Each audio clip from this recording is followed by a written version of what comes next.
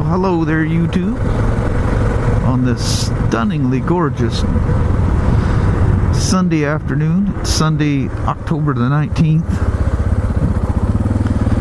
And it's been rainy all week. We had one day, Thursday, that was pretty nice. Actually, it was gorgeous. But everything was all wet in the morning. So I caged it that day. I went on a few test rides, it seemed like, but I don't think I recorded anything. Nothing. God, it is so windy out here. I don't know if you can pick any of that up. You'll see this old DR. She gets tossed around a lot more than my other bikes. Just its height, and not that it's a light bike, but it's lighter than all the rest of my street bikes. Wow, did you guys hear that? It just got pelted by leaves. But anyway, in hopes of finding some fall colors, I was thinking about riding down to wow, look at all that crap. You guys hear that hitting me? All them leaves? It's pretty cool, actually. I was gonna ride down to not Rife Lake, but Lake Mayfield, and buzz around down in that little resort area. A lot of times the trees are gorgeous down there. The parachuters are still falling. Why don't we go up to the airport here and we'll turn up there. So I guess there's I've got a local. I need to answer his email. I've been busy. I got a gentleman that emailed me, says he lives right up here by the airport somewhere, and said we ought to get together and go for a ride sometime. How about that? I got a local vlogger. Well, what I see, he's not motovlogging yet, not doing talkies, but you know how that is. We all kind of start off just videoing our rides. Then some bizarre, and God only knows why, some bizarre thing comes over our head to actually stick a mic in our helmet and talk. Plastic car up there. Yeah, the old fairgrounds. No sign that was ever a threshing bee there, is there? That'll be kind of fun. Probably a pretty good challenge too for the lesser experience to get out there in this wind and fly. I know I have a really hard time flying the quadcopters, the little ones. You know, I don't have a big one. All I got those little tiny ones that'll fit in your hand. You know, they get tossed around pretty good out in this wind, but it's doable. Not really fun. Because it's such a challenge, it kind of takes the fun out of it. Oh, and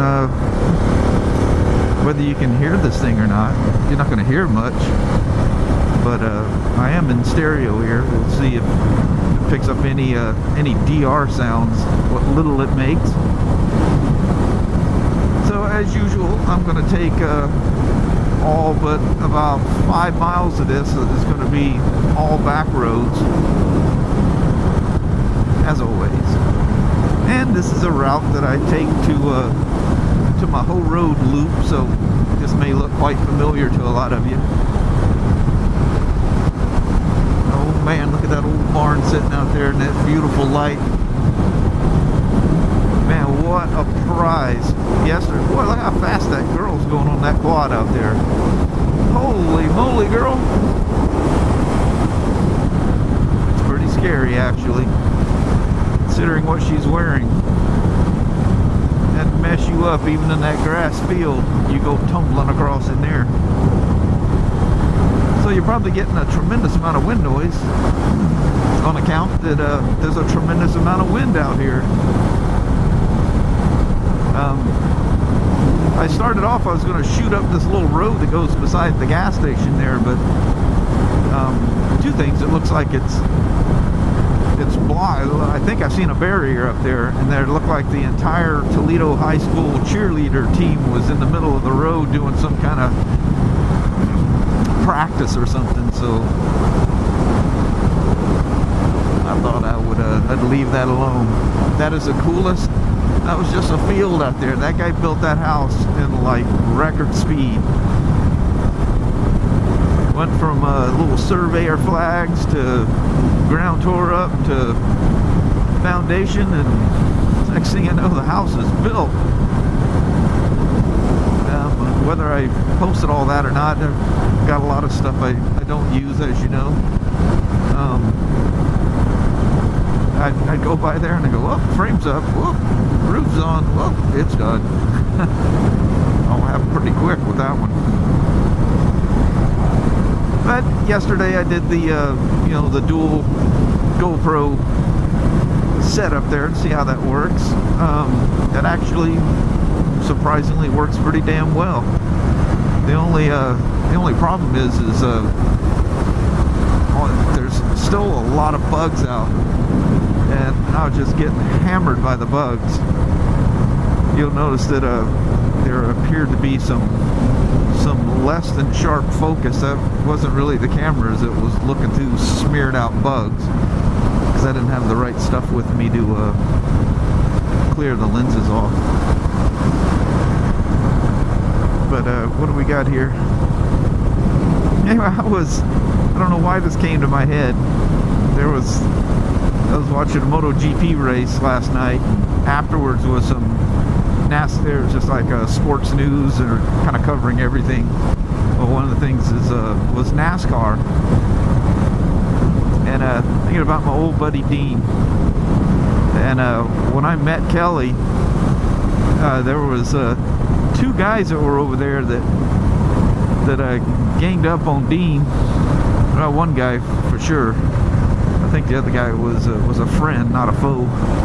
But wow, look, all the beautiful leaves are gone out of those trees. Last time I drove through here, that was gorgeous. I'm telling you, the leaves just, they'll hit the ground, they'll be beautiful, and all of a sudden it's like somebody came through and vacuumed them up. Now if it was in somebody's yard or something, it'd be, oh, look at the wind blowing that. Oh, that's incredibly beautiful. Speaking of bugs, I do have the stuff with me to clean up today. I just got some Ziploc bags with little handy wipes and like a eyeglass cleaning towel. Cleaned it off. But anyway, I was thinking about I don't know why this popped in my head. But I was saying to my wife this morning, I was wondering if I ever, well, you know, I wasn't talking about that. Whoa, what are you doing here, guy? That doesn't look odd, you backing up down the road. It's amazing the power of that wind pushing on the front wheel up here. But anyway, when I met Dean, there was two guys I'd never met before. And I'm trying to think of the first name of one. Well, we'll just leave their names out of it. Anyway, one of them was this kind of a short, stocky southern boy. He was from Ohio, or as he put it, Ohio. And he was just an old country bumpkin, you know. And he was he was a nice guy and everything, but he was one of these people that had some wild, wild stories. And some of his stories was talking about how his family was all into big money with NASCAR, you know. Look at that, I'm like the first person to drive down this road since all these leaves blew down. Isn't that cool? Driving down a virgin, I was going to say snowflake, leaf-flaked road. Wow, look at all the ones I'm kicking up behind me. But anyway, I was thinking about this one story in particular with my friend Dean that's involved. And the reason I'm saying his name is I bumped into him at a Walmart's in Longview, and we're going to get together. He's got a Harley lowrider, wide glide, something. We're going to get together for a ride, but you know, he goes back and forth. I think he works in the oil fields in North Dakota, so he's not here a lot. But this one Southern boy with his wild stories and his whole NASCAR, you know, money that he has. Of course, knowing this guy, he was not very well to do at all. And why he was up here in the Pacific Northwest, it seems like every time you asked him, it was a different story. I don't remember exactly what it was, but so anyway, he's talking about how he raced all these races and stuff. And we're, what am I? At that age, I'm 17, I think, 17 years old. You know, we're just barely getting a driver's license, for Christ's sakes, you know. And so he's got this tall tale. Old Dean and I, we used to go out to this gravel pit out in Kelso, Washington. There's this old dirt road that led out, looks like it might have been an old logging bridge for the log trucks that went over the Cowweeman River. And his mom had this little Datsun station wagon. It was new at the time. It was you know, like a 79 model, and this is like 1981. And so, you know, it's a fairly new car. But anyway, this little car, we'd go rallying around in that thing, you know, because it's fun to drive, and it was like new to us, you know. And neither one of us had cars. We just rode motorcycles. You know, I had an old 1969 Buick station wagon but I only took that out when the weather was really nice, or really not nice, when the weather was really bad. So, out horsing around like a couple of young teenage boys would do, we discovered that if you hit that bridge fast enough, you would catch air like crazy. It was just this humping bridge that went over this little river. It was just a small, like a creek at that point.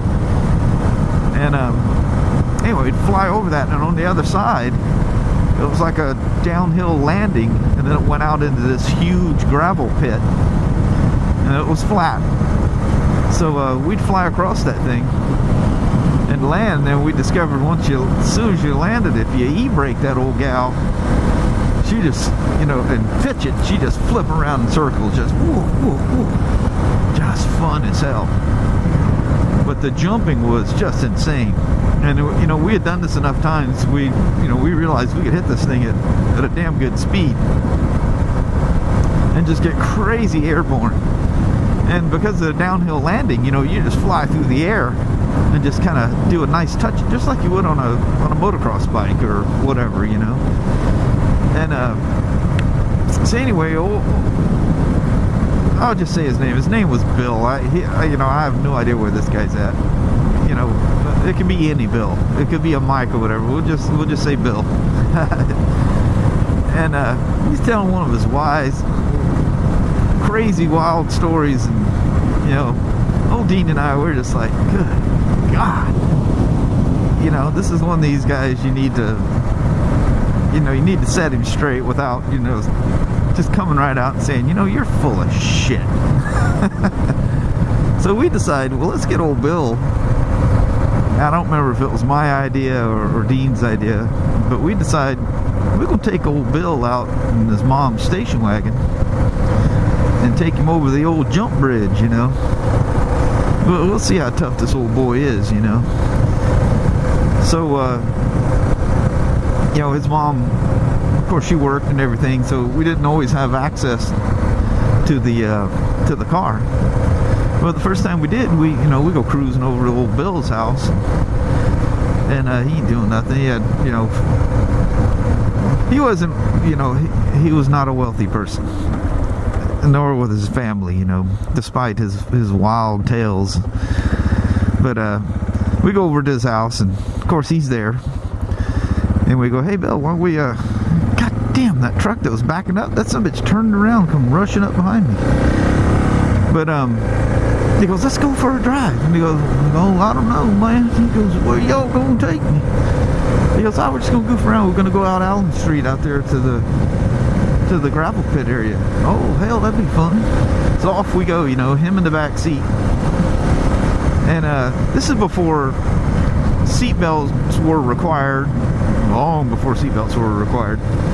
And so none of us were wearing seatbelts, but you know, Dee and I, knowing what we're about to do, we put our seatbelts on, and we're screaming back at old Bill there, said, hey, you might want to put your seatbelt on. He goes, what the hell y'all gonna do? He goes, oh, nothing, we're just gonna hit this little dirt road, and, you know, just in case.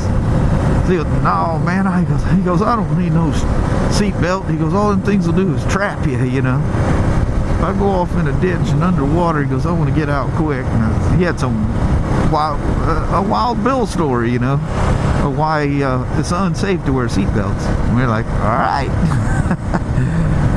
So anyway, I was driving, and man, we come down, the road was paved at a certain point, and it veered off to the right and head down this little, like, one-lane dirt road, and whoop, over this bridge, you know. So, man, I was really trying to make an impression here. So, man, I think I must have hit that bridge at record speed. Man, that old car just bottoms out, just slam when it hits. And, man, we went airborne for what seemed like ever. We're just floating. And I glanced back in the mirror while we're still in flight, and here's old Bill clung to the ceiling. He is out of his seat, and his head's facing forward, and his feet are damn near facing backwards. His whole back was up against the roof of this station wagon, and screaming. I mean, screaming like a girl. You know, he always talked all real tough and everything.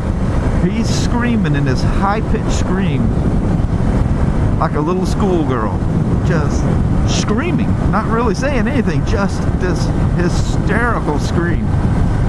So the old car, whew, you know, we finally land, and as soon as we hit that e-brake and just spun that thing around, man, it was kicking up dirt and sand and gravel and everything, and it was kind of rainy and wet out, so it was flinging mud up, and the mud just absolutely covered all the side windows.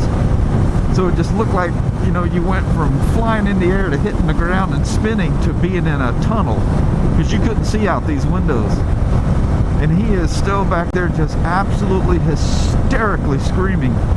Well, he's back in his seat, but they got those handrail things up on the roof, and he's got, you know, one hand on each side, you know, the driver's side and passenger side, and just screaming bloody murder. So we stopped, we're all laughing. He's like, that isn't funny at all. He just goes to cussing, you know. I wasn't prepared for that, and all this other crap, you know, he's rattling off. And we're, you know, we can't even see straight, we're laughing so hard. So we start to leave, you know, and pull out. He goes, I'm gonna get out of this car. He goes, don't hit that thing again. Nah, we're not gonna do it again. So we're heading out. We need to get back. I think there was a quarter car wash thing on the way out. We need to get something to clean this car off, because it just, you literally couldn't see out of the side windows. And so anyway, we get to move along. By the time we're going across the bridge again, it's like, holy hell, it's just this horrendous urine smell. And we look back, and he had absolutely pissed himself. I'm not sure if he didn't do a little turtle head touchdown on there too, but oh yeah, it's amazing that the human bladder can hold as much as what he let go. So now we had a secondary huge problem of how the hell we're gonna clean that up and get the smell out.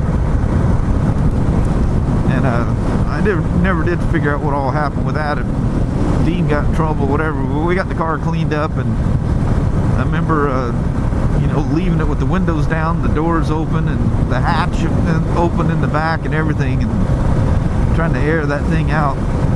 I know we drove in it again. The smell finally went away. You know, it does go away. But whew, we left that thing in a parking lot. That'd be like a hot box. So what are they doing here, I wonder?